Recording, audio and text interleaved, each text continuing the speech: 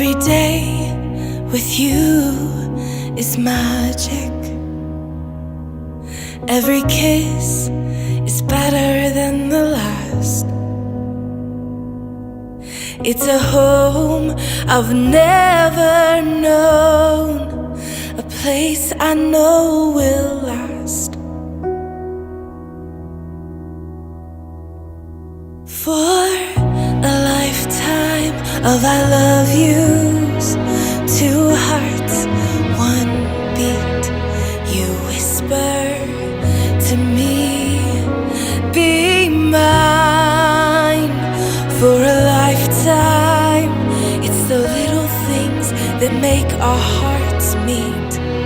It's like I can hardly breathe when you say my name. I know we've waited and we've prayed, and here we are for a lifetime.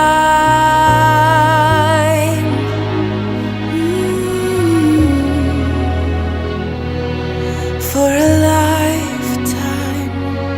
Every day I swear I need you. With each glance, I love you more and more. Our walls came crumbling down. Now hand in hand we soar. Mukama afugeyo, afugira ddala taata. Mukubire engalo ez'amaanyi. Big Events, the #1 events company, the MC Eric Chintu. Kaakano mumwetuulireko. N'olabye ekitiibwa kyennyiro situla abasumba n'abaweereza ba Mukama nze. Amiina. Munkubire mu ngalo abeena abampadde entebe eno. N'omulundi abane muginnyoke. Namba 7 ze sikyamunyega. Wanje? Namba 7. Mugamba atule mu entebe ewuuma. Wanje? Njogera yabinaayisa. Otyo, kali njagala kulamusa ku baana ab'obuwala. Abaana ab'obuwala nsonyiwa bbala. Mukama yeebazibwe nnyo. Eradde nnyo. Muliyo muti eyo. Mugyebale gye muweereza. Iye. Yesu afugeeyo. Afugire ddala mu mukubire engalo. Muwulira mutya awo bwe muli? Muwulira bulungi?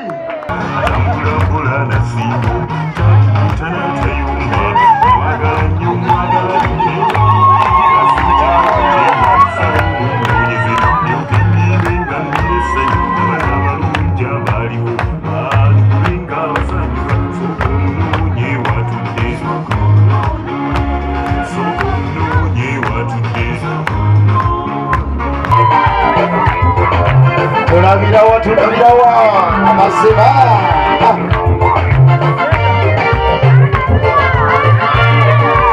olugalo lw'omukuba tebumala.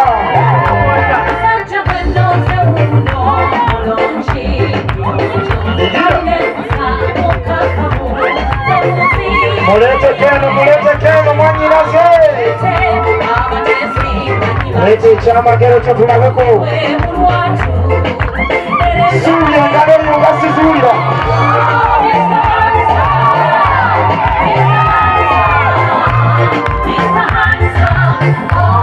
Kapichi kakinsanta abewanga obugalo.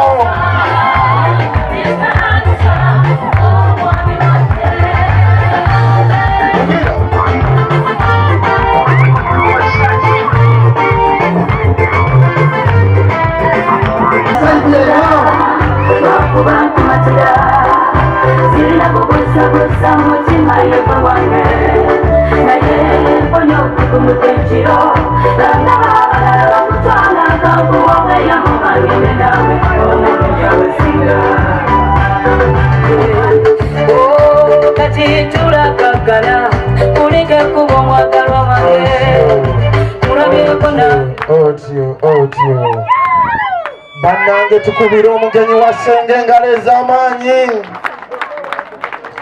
Haleluya. Haleluya.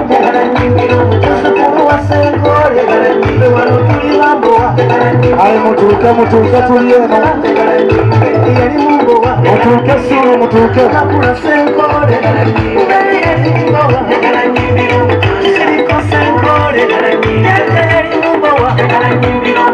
mwana w'ekiwunga mwana w'ekampeka w'amaziga omutuba gwamuka siganya ky'abasinga Tutulaba tente ziizo kaakano n'ennyumba yange yiino abali ey'engalo webalire ddala taata otyo juzi wano twabadde eggulo otyo n'olukiiko lw'abakyala Ssaabasajja yasiima otyo lubeere mu Bulange Mmengo kino nze kituusizza kyekiwandiiko kyange kino kyennyini naye taata taata Kawunde Christopher Musisi omusumba mwebale nako kateekako engalo ez'amaanyi waggulu eyo obwakabaka bwa Buganda naye taata nange nganze neŋŋamba nenja kulaga buli mwezi nti nange nkiika embuga mpulira taata oba yakyerabidde nenkimutwale naye kamulage nti nakiisa embuga naawe wakutte mu ndyanga ye kitange n'owagira emirimu gya Buganda ye taata bannange bakubire mu ngalo ez'amaanyi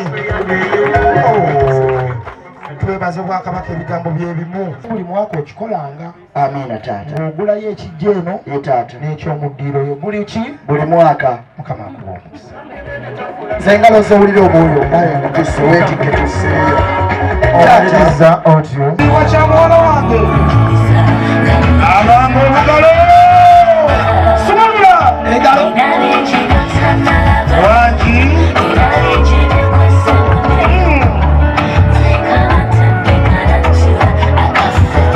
agambye ati wangi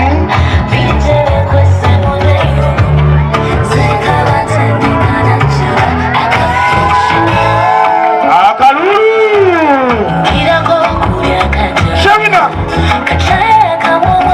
wenjigirira muwala wange gwaliko wenjigirira muwala wange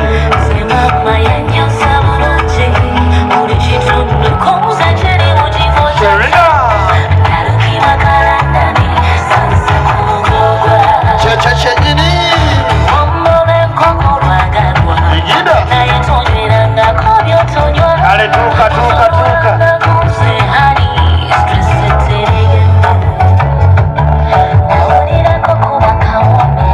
abanga akalulu saidi eno baniza Shamina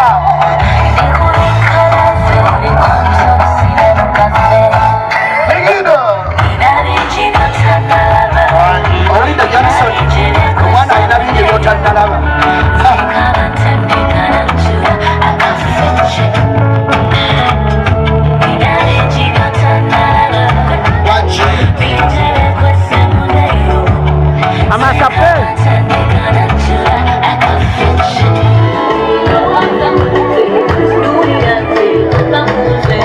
Jameson akalulu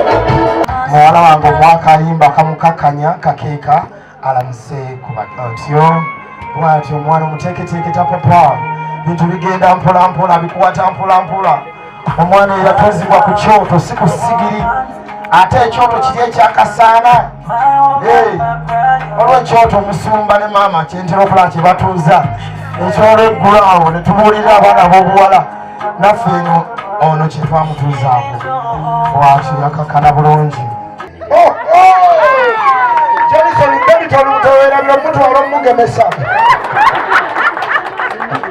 kale bajeeko akazinda aho ebyabo tebijja kukoma Kuba baby nkimanyi babagemesa toweerabira mukulu wangi omwana badde akalemedde ebyabwe birimu magnet kale tuzimalira mu kasolya era ngenda kusalayo abantu 8 nga naawe mwoli mwago 8 tuyingire mu kasolya ate tutte ekyama olina engalo ez'amaanyi.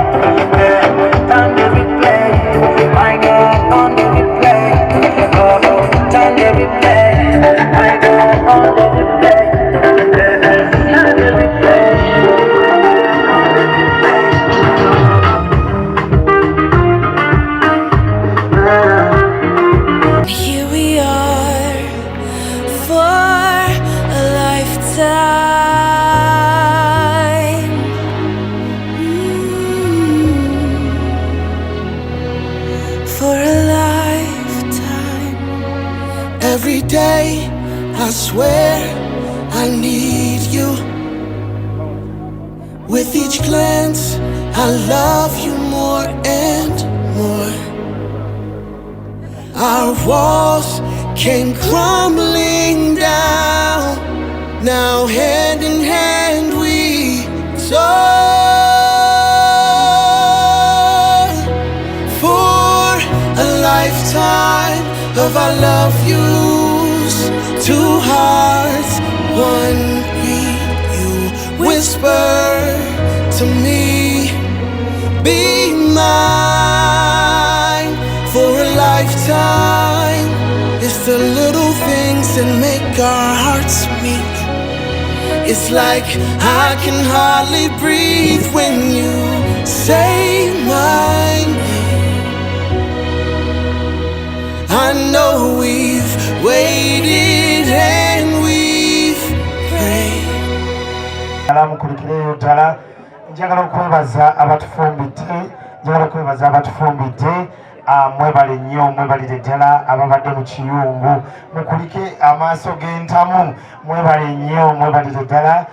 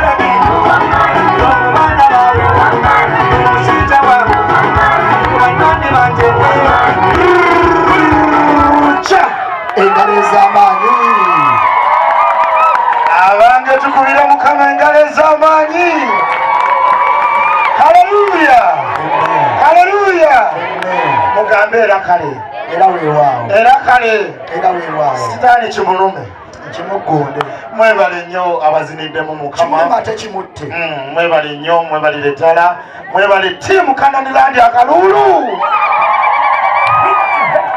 The #1 events company ne MC Eric Chitu wakabi. Amina bwetyo bwekikola mwebale nnyo kulaga ssanyu omukolo okunyuma ng'essanyu weeriri nga musumba we yayogedde embaga ekolebwa ki ssanyu na nseko. Mwanyinaze yakyuse dda mwanyinaze wagenze Double West seka waba omanye wali ebifuna jirani nyagasani mana mujeyi wanje uhorana nanje abanga obugalo bwa muwala wange Sharina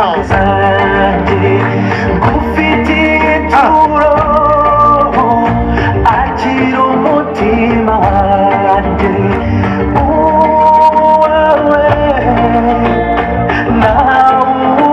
mwanyinaze nkulaba kumva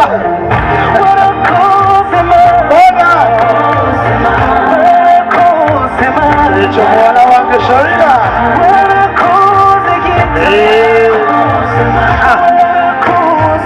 laba ekitiibwa laba ekitiibwa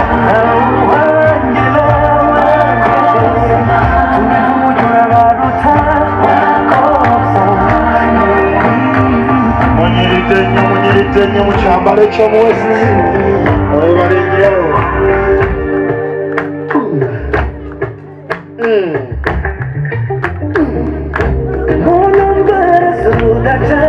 Mwanyinaze gojja sigala muwala wange agende wali katuutike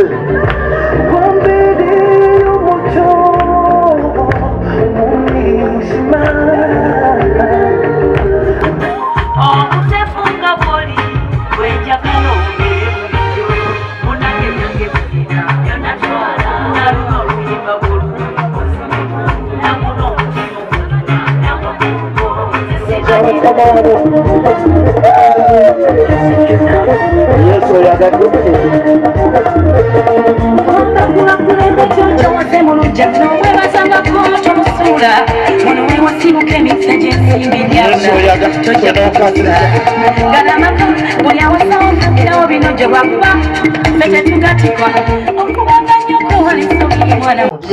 n'enkya jangu oddugaze ulira engalo ez'omuyika obuuyi eno kitange sebyo magwonku tenteketege n'enfaabi kale nolwekyo ddala kuba engalo ez'amaanyi omwana muwala oyo Sharina yanaba olwesa wanki ulira engalo ez'amaanyi jalajala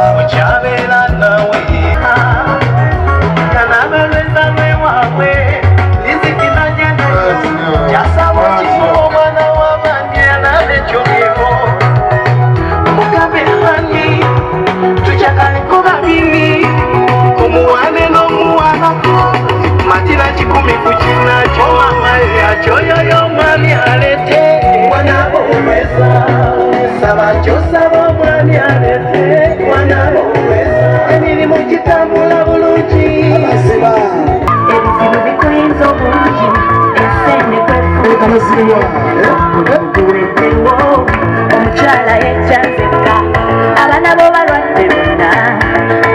toyinawo yadde embeera ekukutte wenekuyinze nabawe ekyayi erubikoye osobeddwe kale mukibira muganda wange nambayimuka nyatula ndinagwano atawangulwa tewali mbeera tewali mbeera ebyo byoyita byoyiseemu obujulizi abakyala gyetuli tewali mbeera tewali mbeera ebyo byoyita byoyiseemu obujulizi bukeera sibawulira tewali mbeera tewali mbeera ebyo byoyita byoyiseemu obujulizi bukeera nze kati nangirira era ntuma kigambo nsabira abatalina byakulya ogabirire katonda nabo n'abalwadde bennange obawonye mu linnya lya yesu saba omukisa gw'essente bana bannabo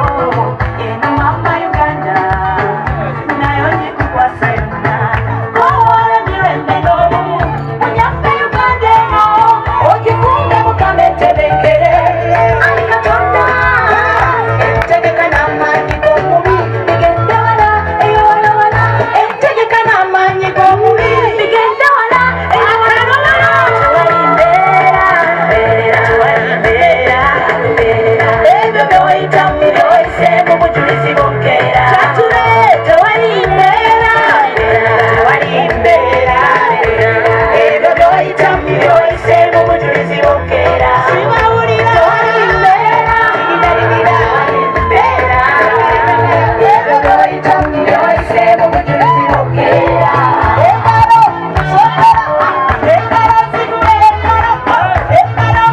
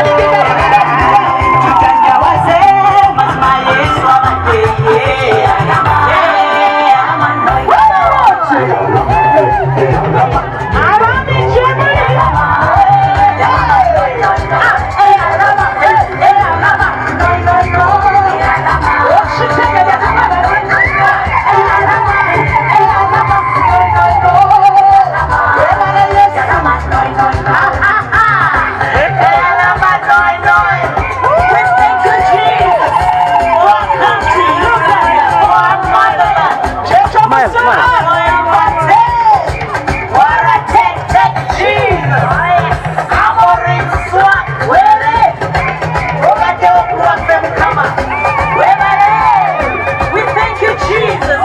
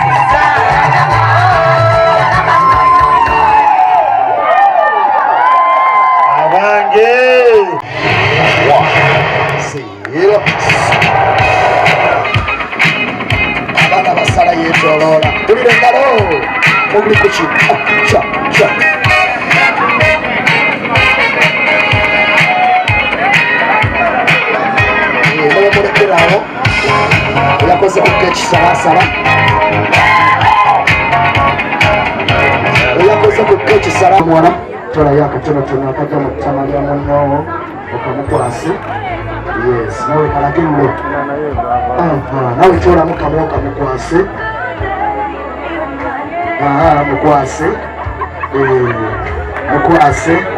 mukwase otagoberera byange ngenda kuba fayini ya mitwalo 5 ongambe tezikusala kati sembera ogabule taata sembera awo ogabule taata yes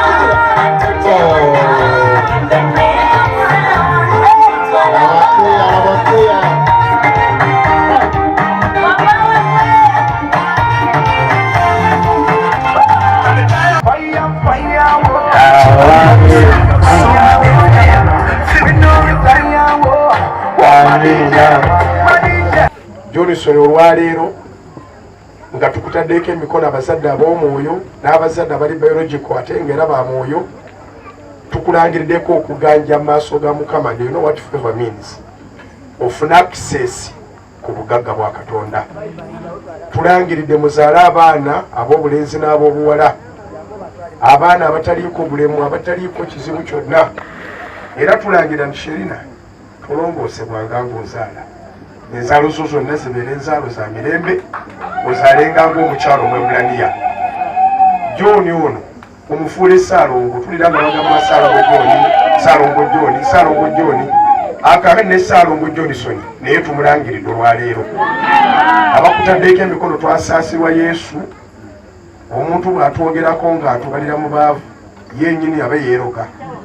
Tuli mu bagagga, tulizingira bugagga, mubeerera obugagga. Abaana be muzaala bagenda okuzibula amaaso kutegeera ensi eno nga tebalina kye baddaaga, nga buli kintu weekiri. Tubasabira omukisa ogugenda ku baana bammwe n'abazzukulu bagende mu masomero gye mutaagenda, ate buli anaakulangamu akkirize Yesu okubeera omulokozi w'obulamu bwe. Tetugenda kuzaalira kirala, tuzalira bwakabaka bwa Katonda kuweereza Katonda n'ensi yaffe. Mukama abawe omukisa, nkubasabidde ogw'abatume, ogw'abasumba, ogw'abasomesa, ogw'ababuulizi b'enjiri, ogw'abannabbi. Nkubasabidde mu linnya lyesu, ogwa Ibulayimu, ogwa Isaaka era ogwa Yakobo, ogwa Kitaffe n'Omwana n'Omwoyo Omutukuvu, ogugaggawaza ogutaliiko buyinike.